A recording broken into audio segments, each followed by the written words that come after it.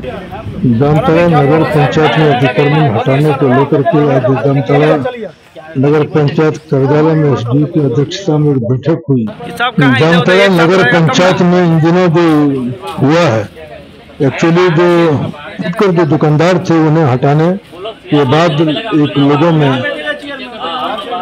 प्रत्याशा जगी हुई थी कि आज हम लोगों का कुछ से कुछ फैसला होगा, लेकिन जिस ढंग से यहाँ पे फैसला हुआ है उससे थोड़ा बहुत निजात तो मिला है, लेकिन परमानेंट निजात नहीं कहा जाए, क्योंकि ये आम सड़क है, सरकारी सड़क है। सरकारी सड़क पर किसी को भी दुकान और जो है आशियाना बनाने की इजाजत नहीं है। बावजूद नगर पंचायत यहाँ पे नरम दिल अपनाते हुए लोगों को तत्काल दुकान कायदे से लगाने का निर्देश दिया है। सुनिए कि पूर्व नगर पंचायत अध्यक्ष वीरेंद्र मंडल क्या बोल रहे हैं।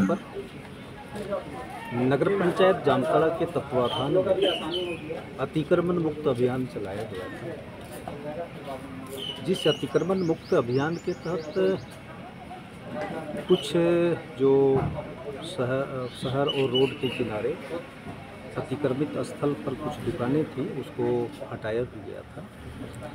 इन सभी बिंदुओं को लेकर के आज सभी जितने भी हमारे ऐसे फुटपाथ पर बेचने वाले फुटपाथ विक्रेता है और डिस्ट्रिक्ट एडमिनिस्ट्रेशन की तरफ से मंडल पदाधिकारी और पुलिस प्रशासन की ओर से एसडीपीओ जामताड़ा नगर पंचायत के कार्यालय में कार्यपालक पदाधिकारी के समक्ष एक बैठक हुआ और बैठक में हम सबों ने मिलकर के निर्णय लिया, चूँकि गरीब है यहाँ पर सभी असहाय हैं, किसी तरह से अपना जीविकोपार्जन कर रहे हैं, तो गरीब लोग जो व्यवसाय कर रहे हैं उनकी भी हितों को देखना है, उनके भी पक्ष को भी लेना है।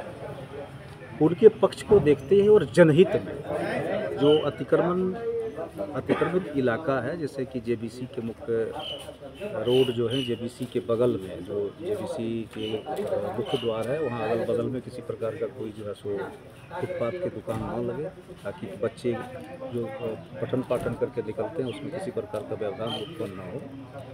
साथ ही साथ जो है जो हमारे ठेला वाला है, चाय वाला है, खोंचा वाला है, इन लोग भी जो है अपना व्यवसाय कर सके। तो एक संयुक्त जो है निर्णय हुआ कि सभी जितने भी फुटपाथ के विक्रेता हैं प्रशासन को सहयोग करेगा, नगर पंचायत को सहयोग करेगा और आवागमन में ट्रैफिक जो प्रॉब्लम होगी वो लोग अपने स्तर से भी उसका निदान करेगा, कहीं भी अनावश्यक भीड़ नहीं लगने दी जाएगी। वो लोग स्वयं जहाँ भी अपने व्यवसाय कर रहे हैं फुटपाथ पर, वहाँ अगर अनावश्यक रूप से कोई वाहन लग रहा है, कोई भीड़ लगा रही है, वो लोग रिक्वेस्ट करके सहयोग करके वहाँ पर जो है तो पूरा खाली रखेगा, ताकि आम पब्लिक को या किसी प्रकार की एम्बुलेंस सेवा है या जो है फायर ब्रिगेड की गाड़ी है या पुलिस प्रशासन की गाड़ी है, लॉ एंड ऑर्डर के लिए कहीं अगर कोई तीव्र गति से निकल रहा है, इन सभी चीज़ों को ख्यालात रखेगा। यानी एक तरह से फुटपाथ विक्रेता भी सहयोग करेगा, प्रशासन भी सहयोग करेगा, और जैसे जिस प्रकार से भी बेच रहा है लोगों को आवागमन में कोई प्रॉब्लम नहीं हो, इन चीज़ों को ध्यान में रखते हुए सभी फुटपाथ के विक्रेता अपने अपने स्थान पर दुकान चलाएंगे, बेचेंगे, जीविकोपार्जन करेंगे। उसमें उनको भी प्रशासन को सहयोग करना है, प्रशासन भी उसको सहयोग करना है। धन्यवाद।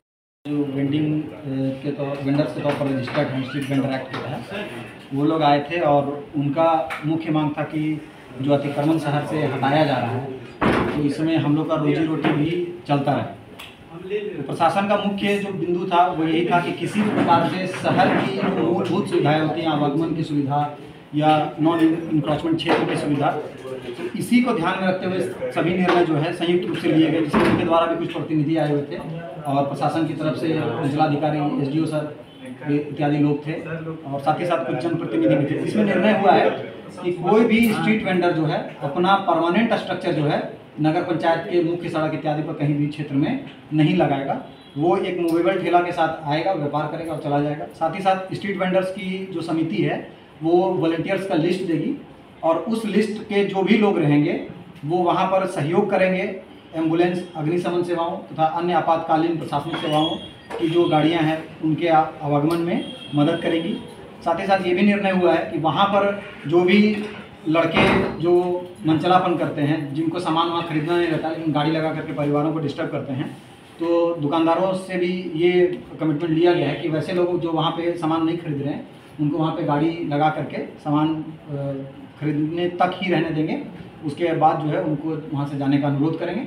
अगर बार बार अनुरोध करने पर भी वो नहीं जाते हैं तो वहाँ पे थाना का नंबर, एम्बुलेंस का नंबर इत्यादि अपनी दुकान के पास लिखा हुआ रहेगा, तो उससे जो है वो मदद ले सकते हैं कि ये लोग जो है यहाँ पे ज़बरदस्ती भीड़ लगाए हुए हैं बिना काम के, तो इस तरह से उन लोगों के ऊपर एक्शन लिया जाएगा। और बाकी प्रशासन का जो मुख्य उद्देश्य है वो यही है कि मुख्य सड़क जो है वो अतिक्रमण मुक्त रहे और शहर अतिक्रमण मुक्त रहे और आवागमन में सुविधा उत्पन्न हो सके।